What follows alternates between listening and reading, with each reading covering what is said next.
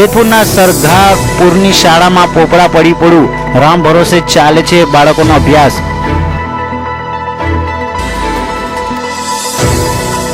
ભાજપના કોર્પોરેટરને chat viral, Gordhan પાસેથી 2 પેટી દારૂ લઈ જજો, યાત્રામાં સંખ્યા ફૂલ થવી જોઈએ।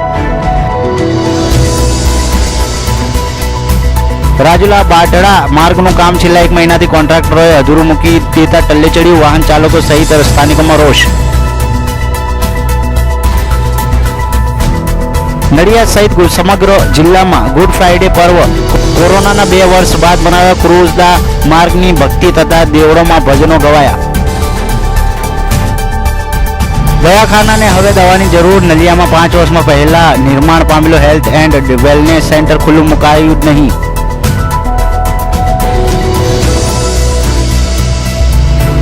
હિંમતનગર શહેરના છાપરિયા વિસ્તારમાં રવિવારના તોફાન બાદ 7 પરિવારનું પલાયન, 2 ભાડુઆતે મકાન ખાલી કર્યા।